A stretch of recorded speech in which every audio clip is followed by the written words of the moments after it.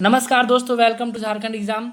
झारखंड की पिछले परीक्षाओं में पूछे गए सवाल और जवाब का ये सेट 18 है और इसमें भी 20 प्रश्न हैं और उसके जवाब के साथ साथ इम्पॉर्टेंट फैक्ट्स भी हैं।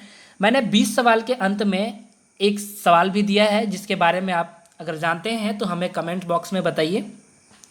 और शुरुआत करते हैं। सवाल नंबर 1, झारखंड के पहले मुख्यमंत्री किस राजनीतिक दल से थे?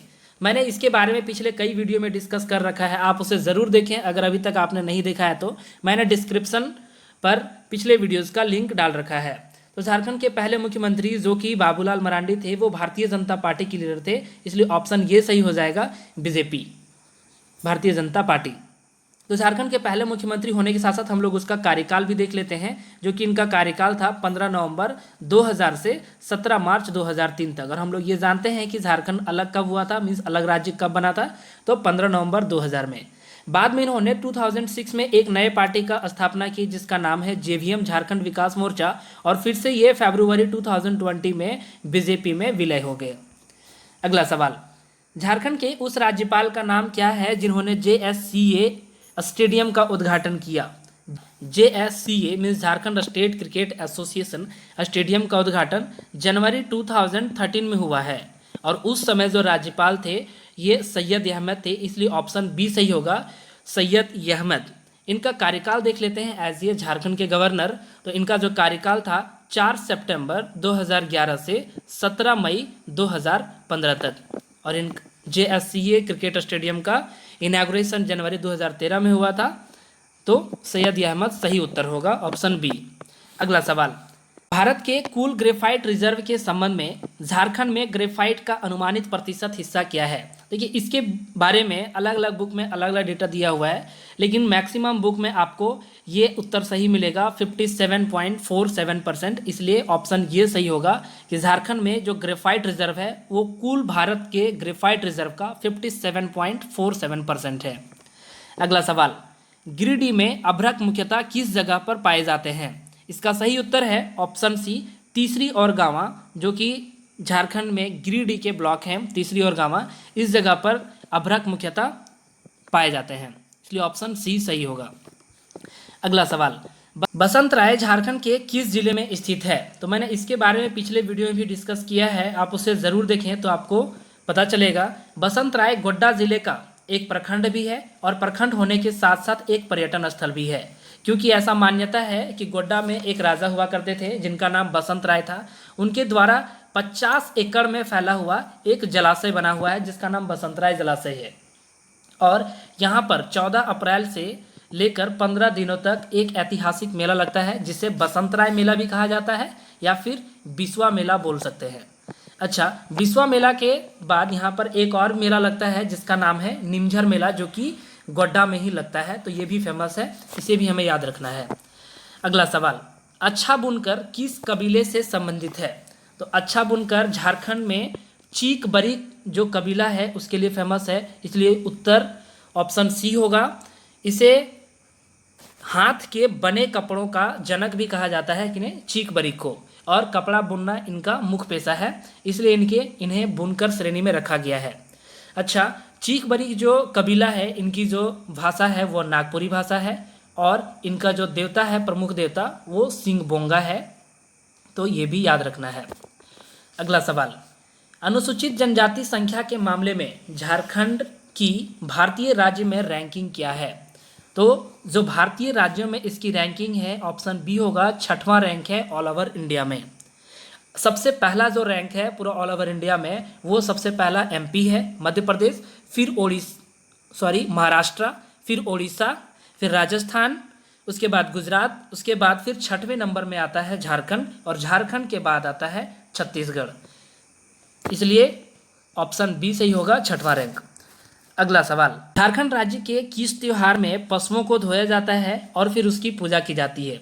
तो इसके बारे में पिछले वीडियो मैंने डिस्कस किया है, ऑप्शन बी सोहराई पर्व है, जो कि आपका बिल्कुल सही जवाब होगा, जिसमें पशुओं को नहलाया जाता है और उसकी पूजा भी की जाती है और खास करके पशुओं को उसमें सजाया भी जाता है। अगला सवाल, टाटा नगर को किस नाम से भी जाना जाता है? शायद ये जवाब सबको मालूम होगा, ऑप्शन बी, जमशेदपुर को टाटा नगर के नाम से भी जाना जाता है और ये नाम जमशेद जी नौसरवान जी टाटा के नाम पर उन्हें पड़ा है। अगला सवाल, झारखंड राज्य किस प्रकार के जलवायु क्षेत्र के अंतर्गत आता है? इसका सही जवाब होगा ऑप्शन बी, उष्णकटिबंधीय जलवायु है झारखंड की जलवायु। अगर देखा जाए तो झारखंड के बीचों बीच से होकर के कर्क रेखा गुजरती है और 0 डिग्री से कर्क रेखा के बीच उष्णकटिबंध क्षेत्र आता है और 23 डिग्री से 66.5 डिग्री के बीच शीतोष्ण कटिबंध आता है। लेकिन फिर भी झारखंड की जो जलवायु है वो उष्णकटिबंधीय मानी जाती है, इसलिए ऑप्शन बी सही होगा। अगला सवाल, झारखंड की औसत सालाना तापमान क्या है? तो झारखंड की जो औसत सालाना तापमान है वो 25 डिग्री सेंटीग्रेड दर्ज किया गया है। कहीं कहीं पर 7 डिग्री सेल्सियस से भी इसका तापमान नीचे रहता है, जो एक क्षेत्र है नेतरहाट वहाँ पर। और झारखंड का हिमाचल प्रदेश, ये झारखंड का हिमाचल बोल सकते हैं, वो रांची को माना जाता है। और सबसे जो अधिक ज़्यादा तापमान रहता है वो पलामू क्षेत्र में रहता है।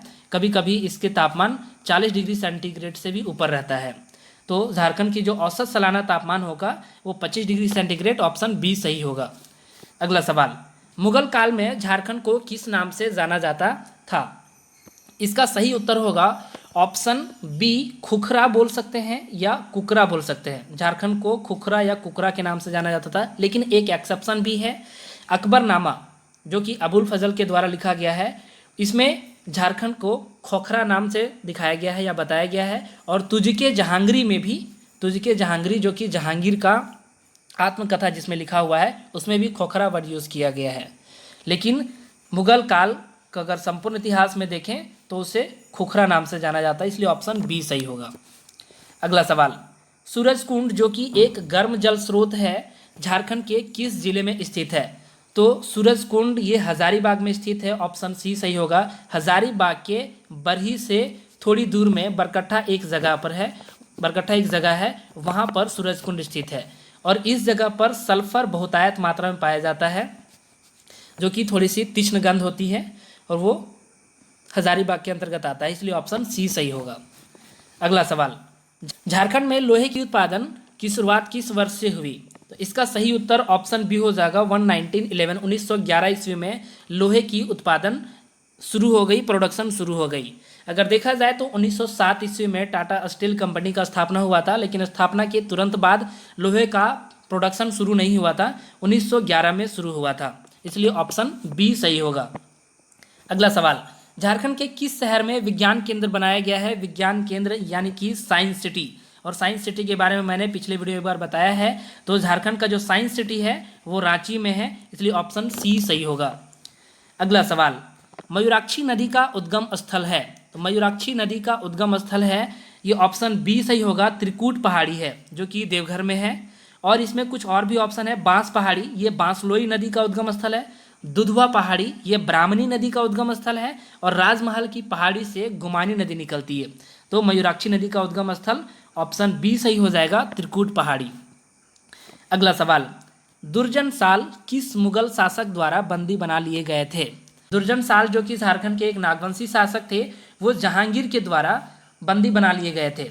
दुर्जन साल की एक मुख्य विशेषता ये थी कि वो हीरे के बहुत बड़े परखी थे, मीन्स हीरे को परखने में माहिर इंसान थे। तो मुगल शासक जहांगीर के द्वारा उन्हें बंदी बना लिया गया था 12 वर्षों के लिए। 1615 से 27 तक उन्हें कैद करके रखा गया था। 12 साल के बाद जब जहांगीर को हीरे पहचानने में थोड़ी सी दिक्कत आ रही थी तो उन्हें बुलाया गया और 27 में मीन्स 1627 ईस्वी में जब हीरे की पहचान की दुर्जन साल ने, तो इन्हें फिर मुक्त कर दिया गया और इन्हें फिर अपना राज्य वापस भी दे दिया गया। लेकिन 6000 रुपये सालाना टैक्स देने को कहा गया था। और इसके बाद जहांगीर ने दुर्जन साल को शाह की उपाधि भी दी थी। उसके बाद से इनका नाम दुर्जन शाह हो गया। अगला सवाल, झारखंड के किस स्थान में लेटराइट मिट्टी नहीं पाई जाती है? तो रांची के पश्चिमी हिस्से में पाई जाती है, पलामू हिस्से में पाई जाती है, संथाल के कुछ भागों में भी पाई जाती है, मीन्स गिरिडीह के हिस्सों में नहीं पाई जाती है। तो ऑप्शन डी सही होगा, गिरिडीह, इसमें लेटराइट मिट्टी नहीं पाई जाती है। इसमें मुख्यतः क्या होता है कि रेड कलर की मिट्टी होती है और जिसमें खुरदरे टाइप से छोटे छोटे कंकड़ होते हैं जो कि बहुतायत में पाए जाते हैं और इनकी उपजाऊ क्षमता उतनी ज़्यादा अधिक नहीं होती है और वो गिरिडीह क्षेत्र में नहीं पाया जाता है, बाकी ये इन हिस्सों में पाए जाते हैं। अगला सवाल, निम्न में से कौन से 2 अनुमंडल गढ़वा के हैं? वैसे गढ़वा के टोटल 3 अनुमंडल हैं, जिसमें से 2 अनुमंडल नगर उंटारी और रंका है और एक अनुमंडल गढ़वा खुद है, इसलिए ऑप्शन बी सही होगा, नगर उंटारी और रंका। अगला सवाल और ये लास्ट सवाल, पूर्वी सिंहभूम जिले का क्षेत्रफल झारखंड के कुल क्षेत्रफल का कितना प्रतिशत है? इसका सही जवाब है ऑप्शन डी 4.43%। पूर्वी सिंहभूम जिले का जो क्षेत्रफल है वो 3533 वर्ग किलोमीटर है और झारखंड का क्षेत्रफल कितना है 79714 किलोमीटर स्क्वायर मीन्स वर्ग किलोमीटर। आप इससे आराम से प्रतिशत निकाल सकते हैं कि झारखंड के कुल प्रतिशत का कितना, झारखंड के कुल क्षेत्रफल का कितना प्रतिशत पूर्वी सिंहभूम का क्षेत्रफल है। दोस्तों इस सीरीज में इतना ही। मैंने इस सीरीज के साथ साथ आज मैंने एक क्वेश्चन भी डाल के रखा है जो कि आपको बताना है। आज का सवाल ये है कि मदन मोहन मंदिर झारखंड में कहाँ स्थित है? रांची, देवघर, गुमला, बोकारो। मैं इस क्वेश्चन के बारे में अगले सेट में डिस्कस करूंगा और अगर आप जानते हैं तो आप हमें कमेंट कर सकते हैं कि मदन मोहन मंदिर झारखंड में कहाँ पर है। तो दोस्तों इस सीरीज़ में इतना ही। हम लोग फिर मिलेंगे नेक्स्ट सीरीज़ में, अगले सीरीज़ में कुछ नए सवाल और जवाब के साथ और कुछ इम्पॉर्टेंट फैक्ट्स के साथ। तब तक आप देखते रहिए, मस्त रहिए।